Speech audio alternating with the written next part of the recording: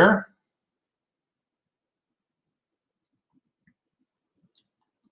Okay, so our session's being recorded. So we are in chapter 6, and chapter 6 deals with what's called orthogonality and least squares applications. There are, like, how many have heard, for instance, of a least squares regression line or a line of best fit through a scatter plot of data? Okay, James has heard of that, and Matthew and Robin, Christy, a lot of you, many people, Ryan, and wow, a lot of you. Thank you, thank you. Kevin, Moshe, Divahar, Ryan, absolutely. Well, that problem, the fact that, you know, the line of best fit, you know, y equals mx plus b, that's an equation of a line. The slope m and the y-intercept b, there are formulas for those. There are formulas. But those formulas actually can be shown to be true based on linear algebra. So we can use linear algebra concepts to find the line of best fit through a scatter plot of data. And we can generalize it to even more applications than that. And it's based on orthogonality. And now let's see. One moment here. All right, so we are in section 6.2, and we learned, well, you learned about section 6.1 on your own. The concepts in 6.1 are not difficult. For instance, the dot product of two vectors, that's just using the definition, the dot product of two vectors. The distance between two vectors, it's simple to find. You just find the norm of the difference between the two vectors. Very simple concepts. And I could tell from the folks that you know, worked on the 6.1 homework, I'm seeing good scores, and that's good. And all these concepts, inner product, length, and orthogonality, are going to be reinforced in section 6.2 and 6.3. So section 6.2 is orthogonal sets. And I want to just give you a little bit of a guided tour, and then we'll do an example. So let me just blow this up a little bit here.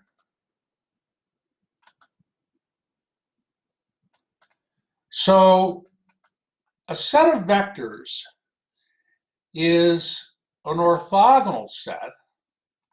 I'll just highlight this. It's called an orthogonal set if each pair of distinct vectors from the set is orthogonal. Okay, and of course, two vectors are orthogonal if their dot product equals 0. Okay, and of course, the I, J, and K vectors that you use in physics, I, J, and K, that forms an orthogonal set because I, J, and K correspond to the X, Y, and Z axis.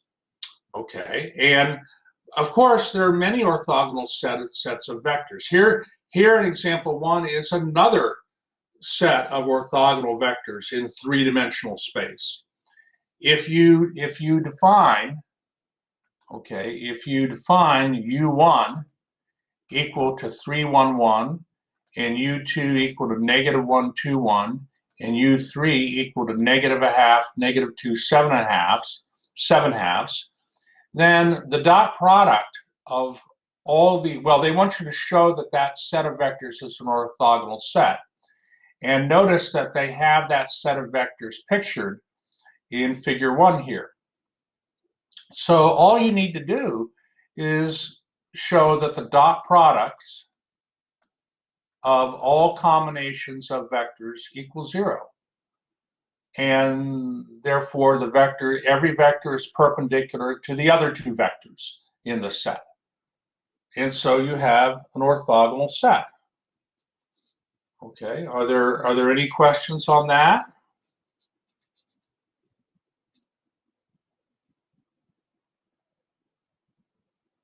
All right, let me ask you this. Would an orthogonal set of vectors in a space form a linearly independent set of vectors? In other words, if you have, if you have a set of vectors that are orthogonal, are they automatically linearly independent? Okay, let me see here. That is correct. Yes, yes, and they prove it. They prove it in this theorem. There's a theorem to that effect, theorem 4, that says if you have an orthogonal set of vectors in Rn space, and this set is given by S, then the set S is linearly independent, and also therefore it would be a basis for the subspace spanned by S. So I think that's pretty intuitive.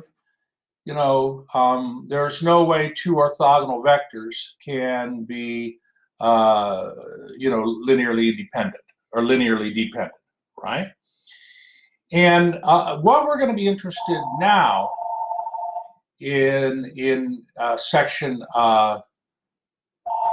6.2 is orthogonal bases.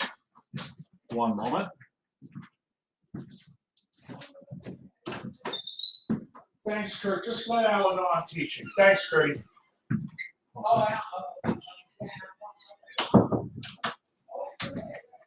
Okay, all right. So an orthogonal basis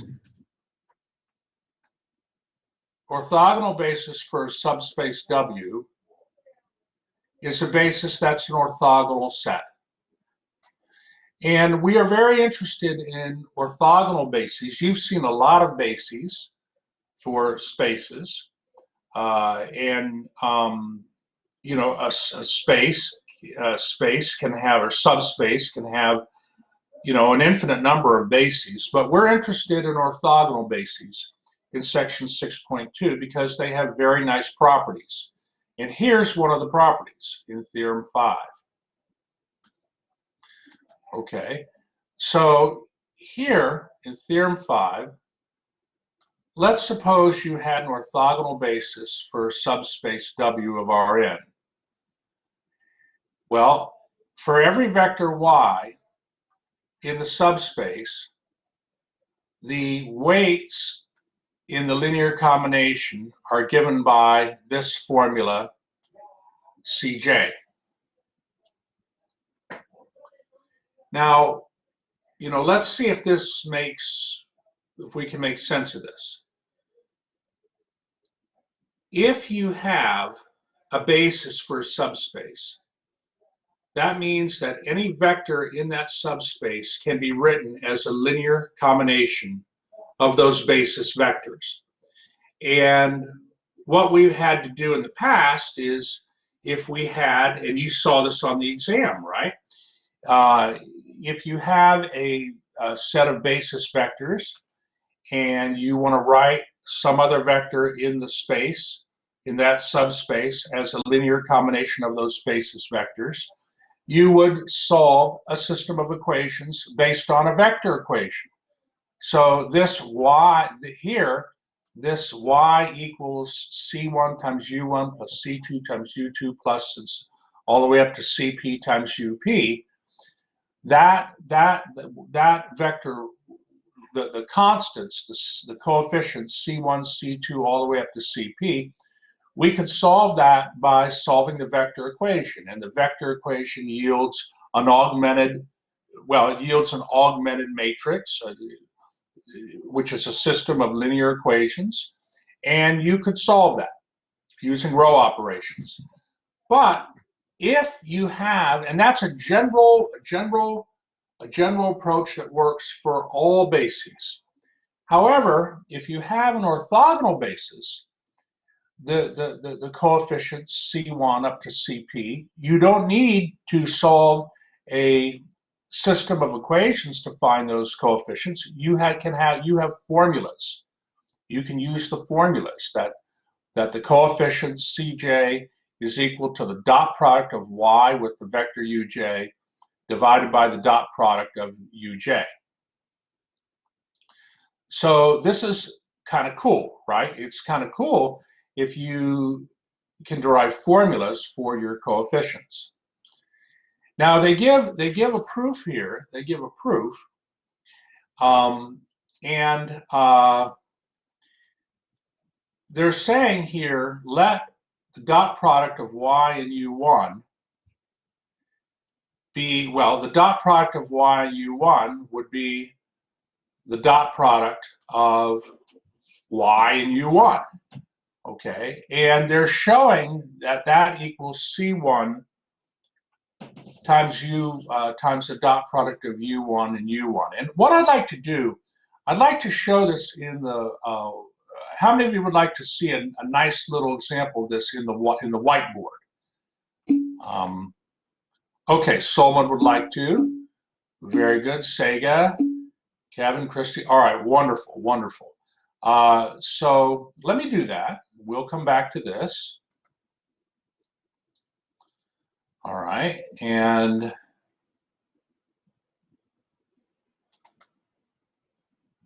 okay, so let's say that you have here U1 and U2.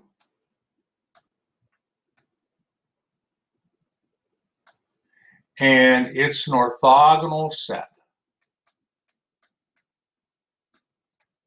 Or well, it's an orthogonal basis.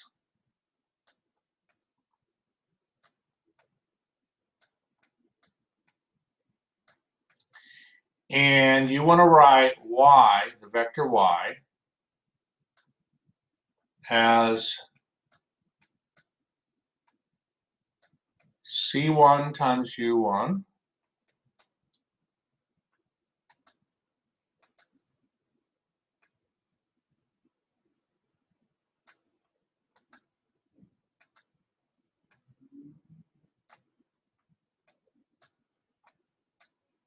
plus C2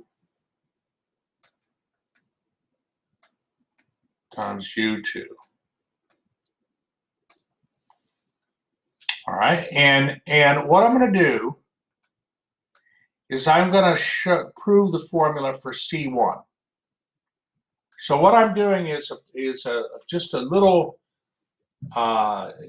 concrete example to help you appreciate the proof for Theorem 5 in section 6.2.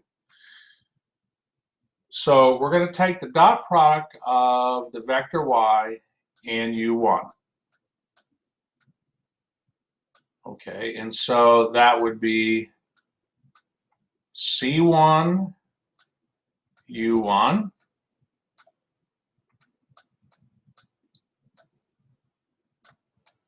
plus C2 u2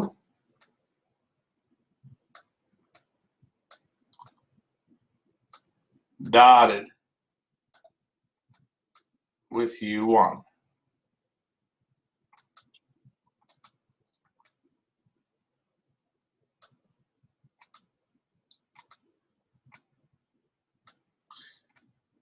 Okay.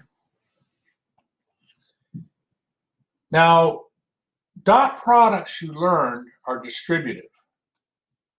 So we can write this as C1 U1.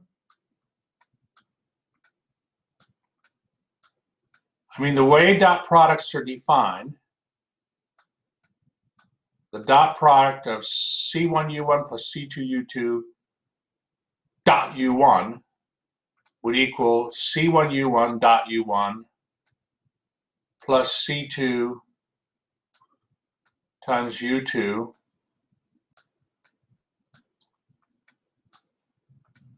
dotted with U2. Okay, are there any questions up to this point? This is based on the properties of the dot products. If you look in section 6.1, Theorem 1, Part B. This is exactly what that says. Okay. Now, of course, I can factor out that constant C1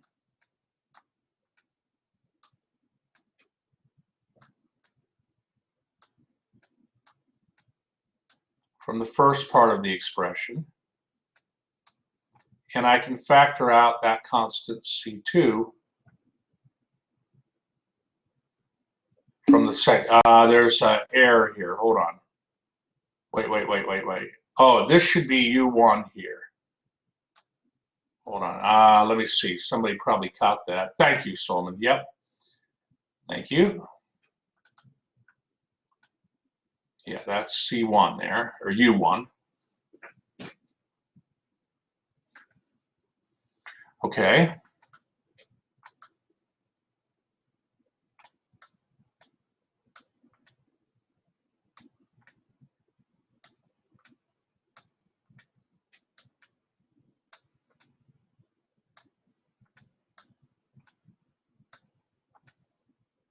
And I use nice dots for dots. And this is why when I do multiplication, I never use a dot, because, you know, I like to use parentheses to show multiplication traditionally because of the dot product, right? And of course, dot product, we draw nice dots, right? Now, what is U2 dot U1 equal to?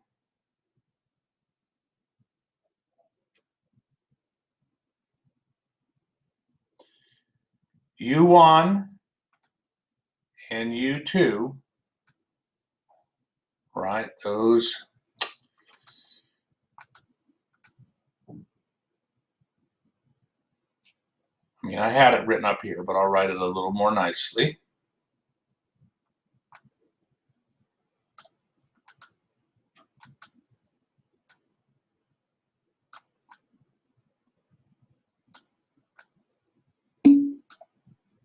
U1, well, okay, but what do we know about vectors U1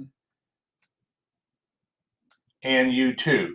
They form an orthogonal. Man, I can't believe I spelled that like that. That's, hold on, we're going to do this right, class. I'm not going to misspell stuff.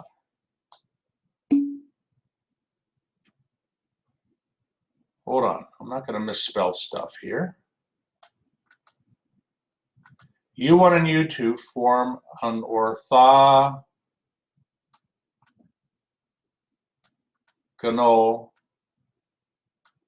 basis. So that tells us that U1 and U2 are orthogonal. So vectors U1 and U2, if they're orthogonal, what's the dot product equal to? 0. That's right. That's right. Matthew's right, Robin's right. And so now what you're left with is the dot product of Y and U1 is equal to C1 times the dot product of U1 with itself.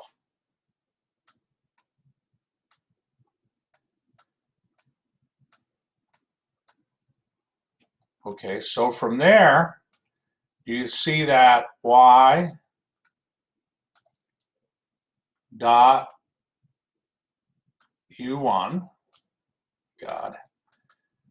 gosh. Well, I'm trying to rush a little bit, but I'll just take my time.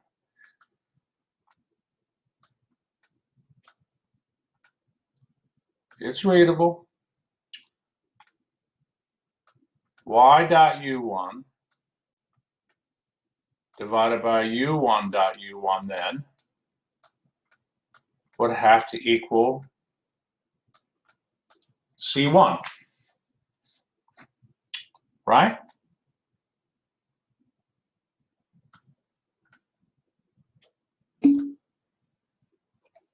And incidentally, U1, we're dividing by U1 dot U1, that's a scalar. Thank you, Robin. Thank you, Solomon. It's a scalar. And, you know, it's not going to equal 0, right? It's not going to equal 0 unless I mean, why would you want a vector U1 that's the 0 vector? Why would you want that, you know? At any rate, you couldn't have a basis, right? If the 0 vector is part of your set, you can't have a basis, right?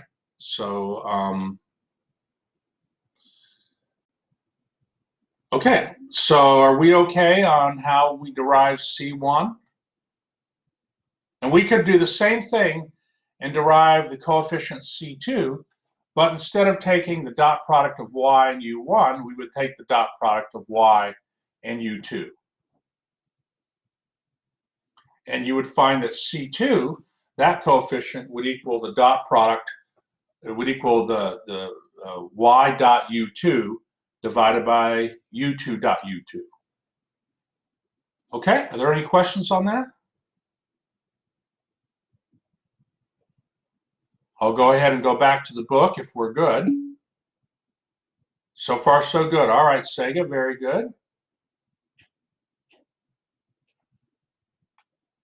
Okay, all right, well then let's get back to the book.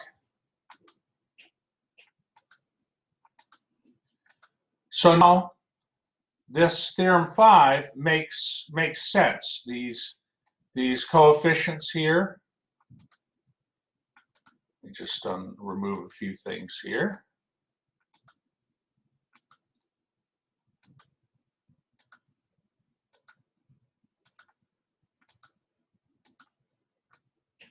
So now these coefficients make sense to you.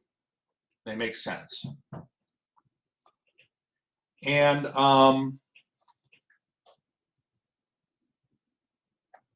if, like in example 2 here,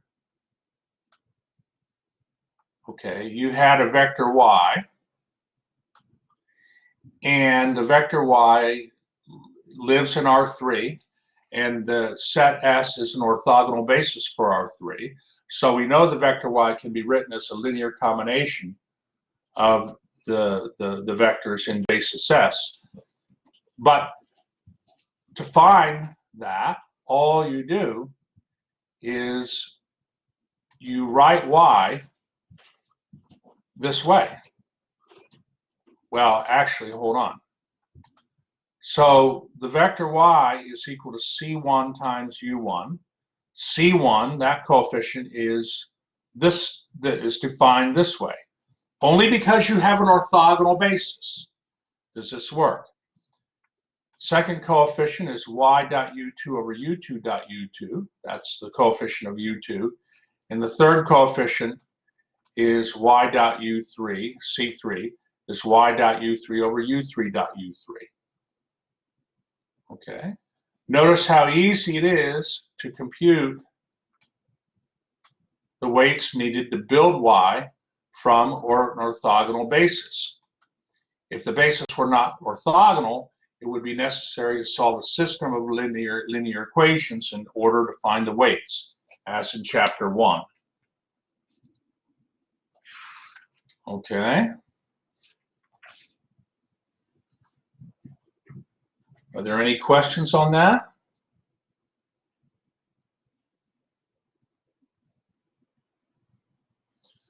Okay.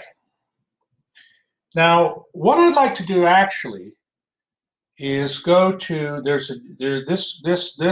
we're applying theorem 5 here from section 6.2, and there's a geometric interpretation here of theorem 5. So what I want to do is go a little bit further down in the book here and look here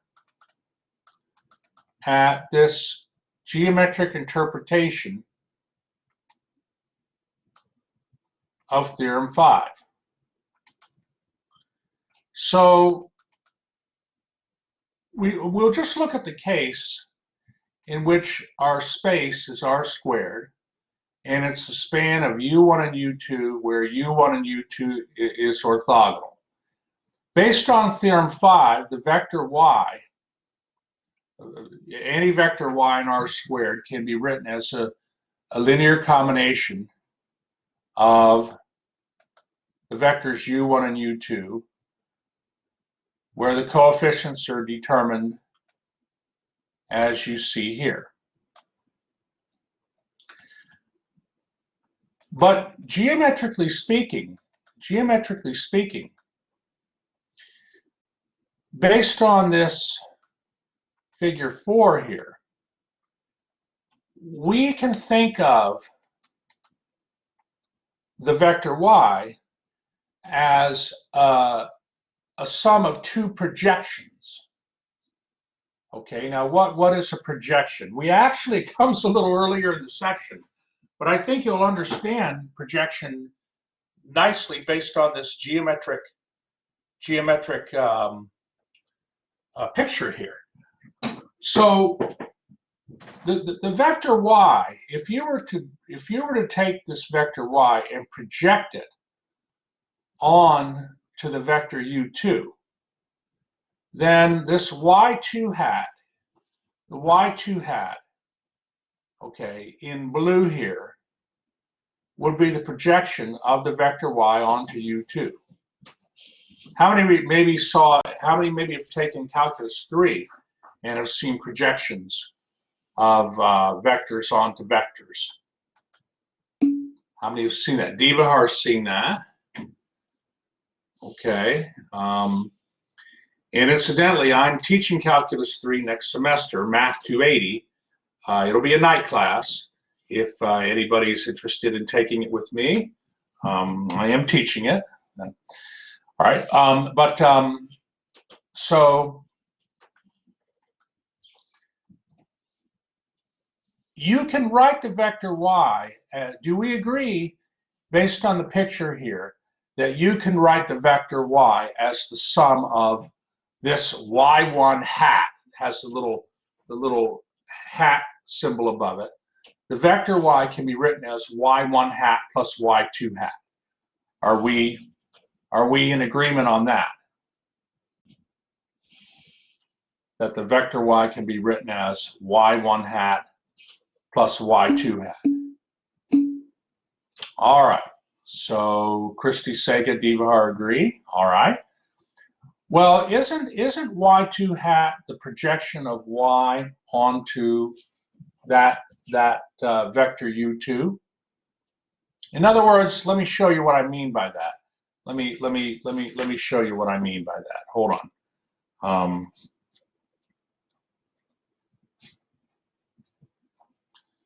Let me show you what I mean. I'll come back to this. Let me go to the whiteboard again. Okay, and let me draw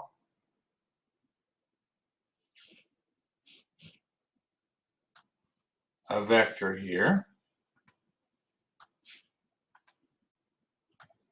Okay, and I'm going to call that vector u2. Okay, all right. Better yet, maybe what I'll do is I'll call that vector, well, let's call it u2.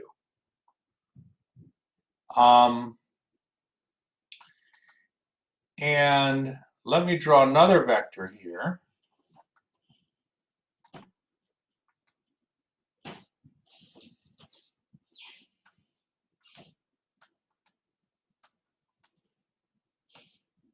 Okay, I'll call that vector y. So what is this projection of the vector y onto the vector u2? Well, what that means is if you were to, let me see here, maybe I'll put it in orange or maybe black.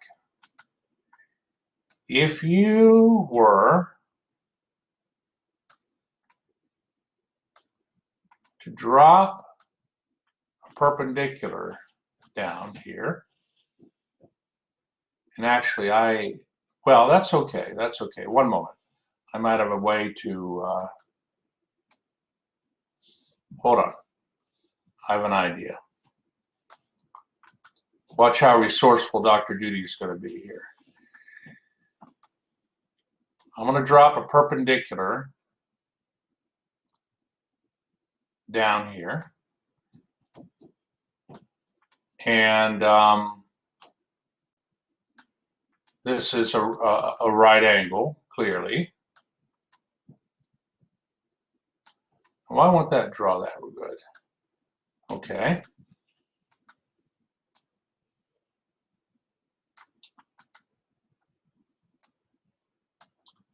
And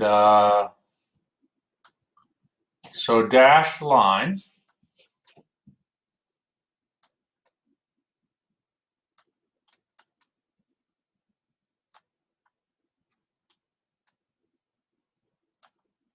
Okay, dropped a perpendicular down, and this vector here, this vector here is called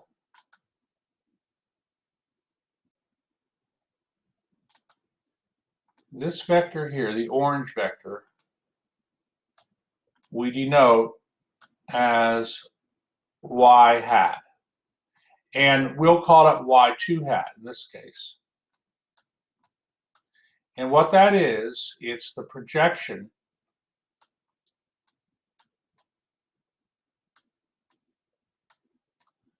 of the vector y down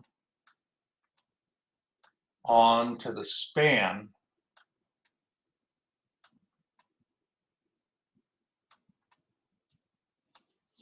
of U2.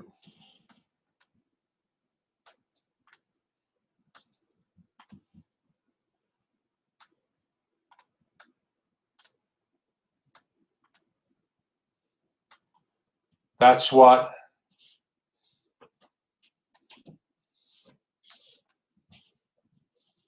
that vector is.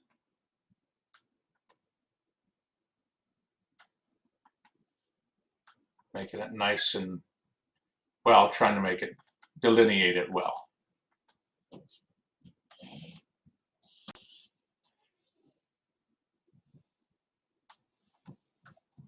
Okay, that's what a projection is. If you take the vector y, take the tip of it and drop it, smash it down into the span of U2. See, the span of U2, technically the span of U2 is, not technically, it is. The span of U2 would be this entire line L, right? The span of U2 is that entire line L. And so y2 hat is the projection of the vector y onto the span of U2. Or the book will call that line L. Okay, so is that okay to help you feel comfortable with a projection? Are there any questions on that? Okay, thank you, Robin, Hughes, Solomon, Christie. Thank you. Okay, then I'd like to get back to the geometric interpretation of Theorem 5 if we're good. May I go back to the book?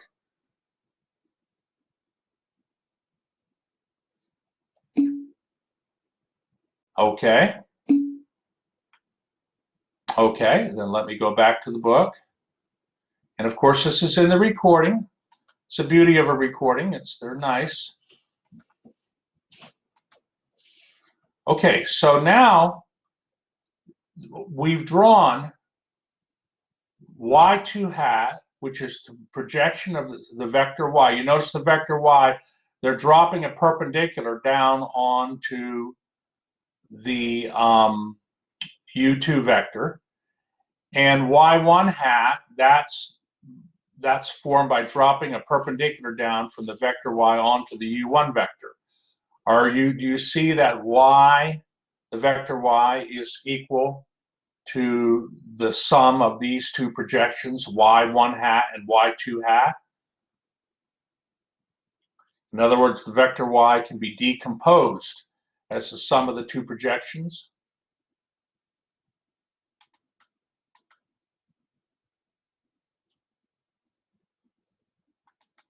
All right, are you geometrically seeing that?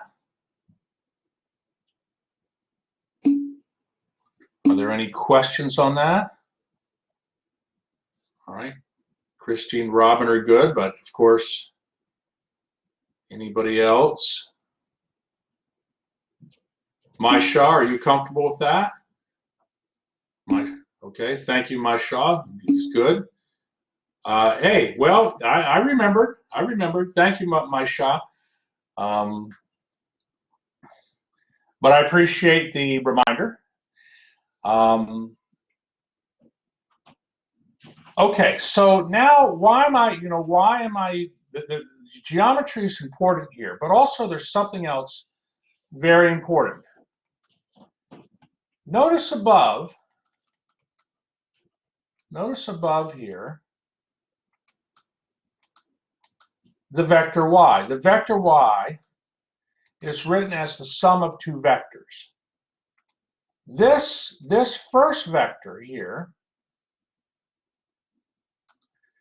is y1 hat. It's the projection of the vector y onto the vector u2, or onto the subspace spanned by, I'm sorry, the first component of the vector y is the projection of the vector y onto the subspace spanned by the vector u1. The second component here, the second part of the vector y, you're decomposing y into into two vectors. It's a sum of two vectors. This second part is the projection of the vector y onto u2, or more formally correct, the projection of the vector y onto the span of u2, which is a line. Okay. All right. So the reason this is important is because based on this, when they talk about, let me see, hold on. When they first talk about projections, orthogonal projections, they go through a proof, but the formula y hat, they end up showing that that y hat, which is the projection of a vector y onto a line L, and the line L is the line L is the subspace, which is the span of the vector u1. It just equals y dot u1 over it's the vector given by the scalar y dot u over u dot u times the vector u. So rather than go through all this proof here of it, you can sort of see it based on the geometric interpretation of Theorem 5. Okay, are there any questions on that? Any questions at all?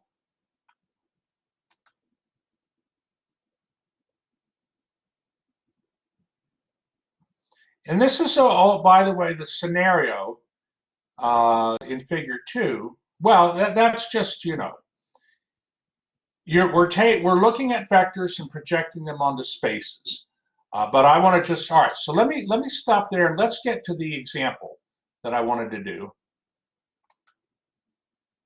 It's an example in the book, but I want to go through it with you formally. And I did not have time to type out the example, so I hand wrote it. You know, I might be doing a little more of that, but at any rate, it's readable.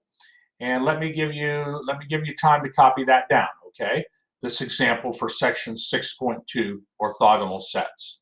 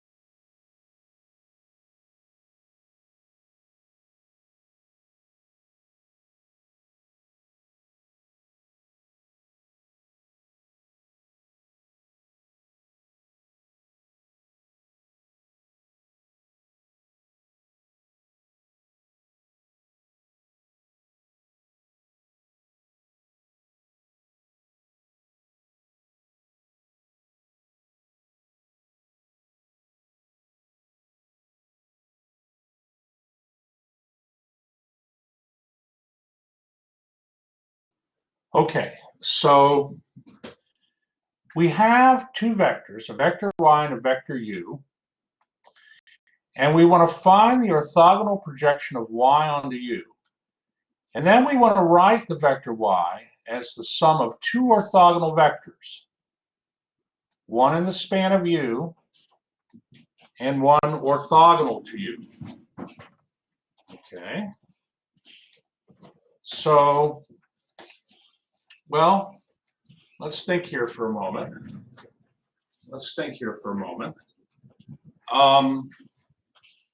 It would be nice to have a picture, and this problem corresponds to example 3 in section 6.2.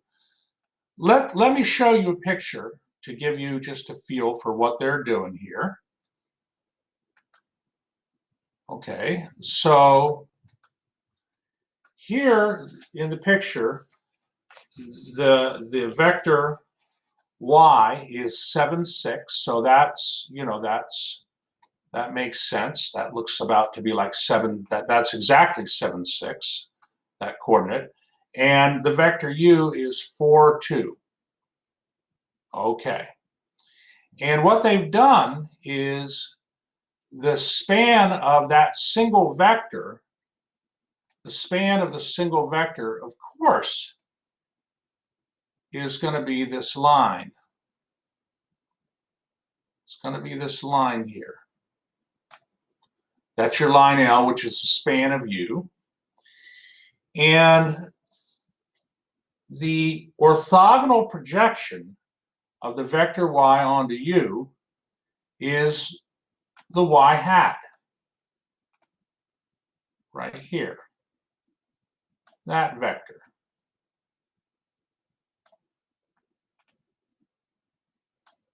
Let's try to make this good. One moment. Right there. So, all right. Well, to find the projection of the vector U onto the line L, we know that the projection, orthogonal projection, I should say, I've not heard honestly of other types of projections than orthogonal, but I'm not saying they don't exist. But at any rate, when we're talking projections here, we're talking orthogonal projections. The orthogonal projection of the vector U onto the line L is equal to the coefficient y dot u over u dot u times the vector u. So it's just computation now. We know the definition of a dot product of two vectors. We multiply the vectors, the components of the vectors, and component by component, and then add those products. And so y hat is going to equal 40/20ths times the vector u.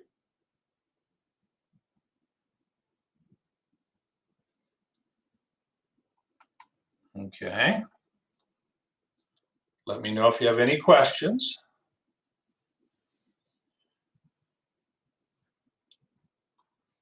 Now, naturally, we want then to write that vector out. So that's going to be then 40/20ths simplifies to 2, and 2 times the vector u is 2 times 4, 2, which is the vector 8, 4. That's your projection.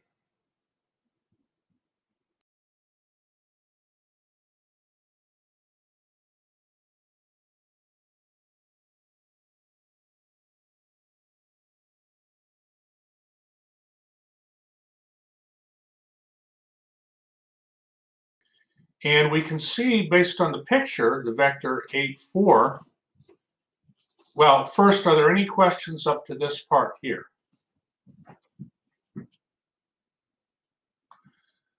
Let's see if that vector 8, 4 looks reasonable in regards to a projection. If you look at y hat here, okay, y hat right here,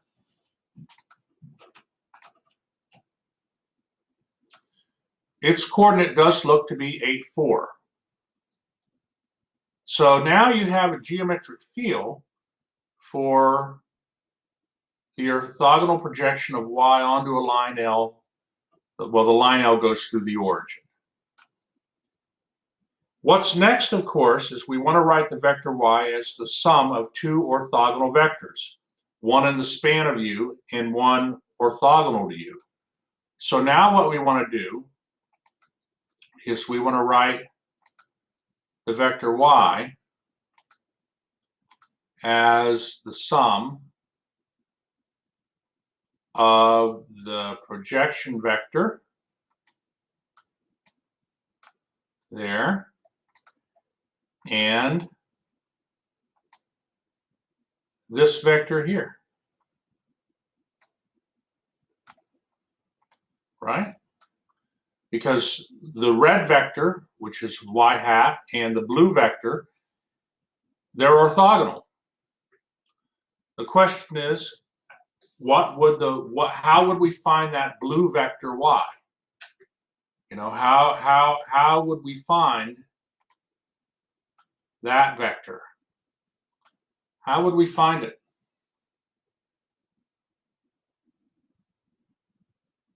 What's the blue vector equal to geometrically based on the figure, based on the picture?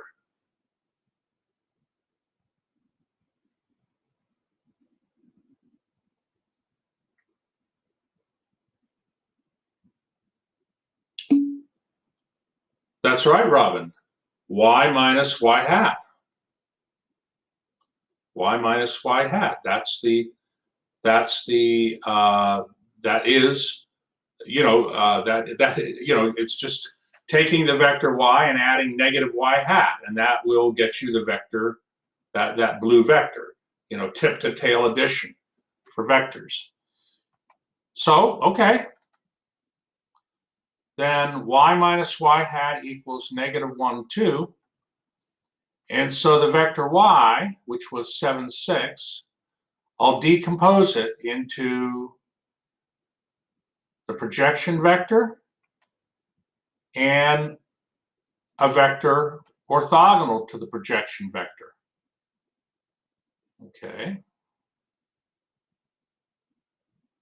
And that would be 8, 4 plus negative 1, 2. And you can see, incidentally, I guess I didn't notice it in the figure, but negative 1, 2 is right here. But vectors are defined by their direction of magnitude. So the blue vector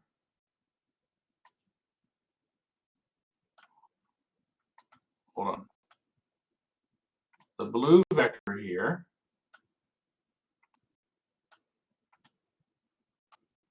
is equivalent to this vector,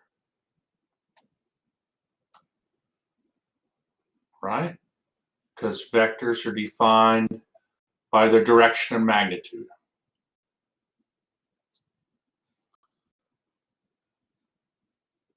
All right, are there, well, let me give you a moment to think about it. One moment.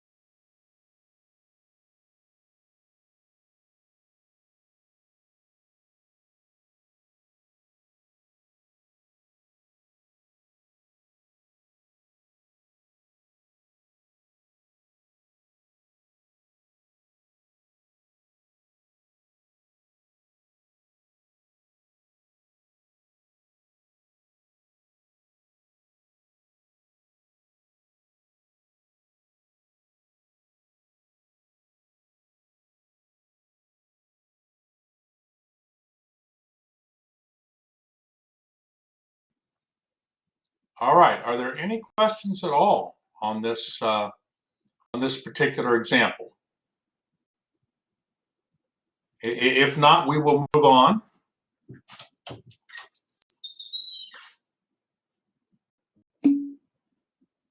Okay, all right. Well, let's go ahead and move on then. All right, so let's go back to the book.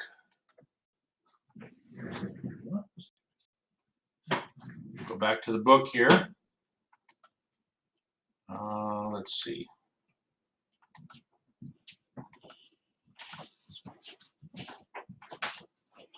Okay, and so, of course, you can find the distance, right? You know how to find the distance. You just take the magnitude of the vector, or I should say the magnitude of y minus y hat. So example 4, we did example 3. Example 4 is find the distance. So that's just the magnitude of, or the norm of y minus y hat. And that's the distance. So let me just go a little further into the section. So they talk about, decomposing components into the force into component forces. That's important. Like for instance, this tow truck here, is pulling a car, and well, I like to think of a person pulling a wagon up a hill, or just pulling a wagon, okay, with a handle. Okay, so that with the tow truck, the vector y there is decomposed into a horizontal component and a vertical component. So the force needed to tow that car can be broken up into horizontal and vertical components for force. How many have seen that maybe in a physics class or in Math 280, like multivariable calculus?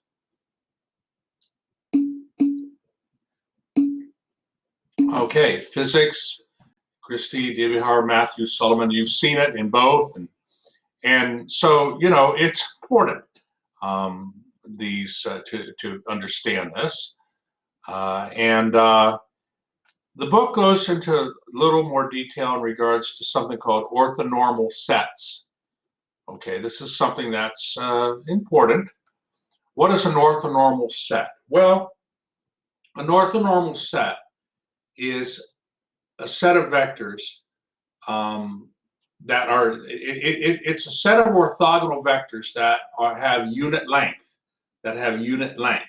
So remember in section 6.1, they would tell you, they would have a question, for instance, in the hold on here, one moment, I just want to make sure I say it right. Find a unit vector in the direction of the given vector. So you have a vector pointing in a direction, and you want another vector that points in the same direction but has unit length.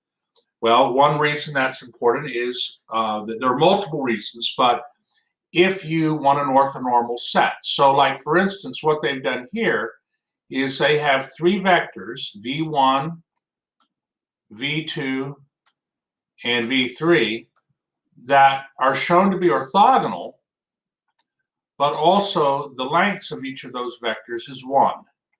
And so that forms then an orthonormal set.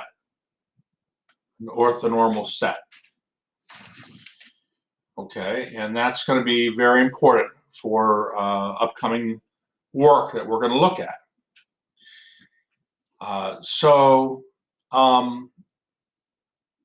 They talk then a little bit about a matrix U, okay, that has orthonormal columns. So if the column vectors of a matrix U are orthonormal, that means that U transpose times U equals the identity. And they prove it below. I'm not so much worried about that, the proof right now. Theorem 7 gives some properties. If you take an orthonormal,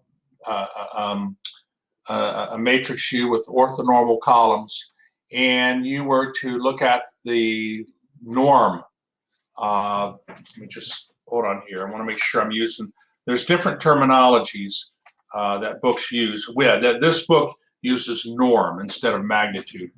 The norm of the vector U times X is equal to X. The dot product of UX with UY is equal to X times Y. Okay, and then UX dot UY would equal 0 if the dot product of X and Y equals 0. So there's some kind of cool properties, and Theorem 7, you'll have a chance to look at that theorem in detail in your homework. But are there any questions so far?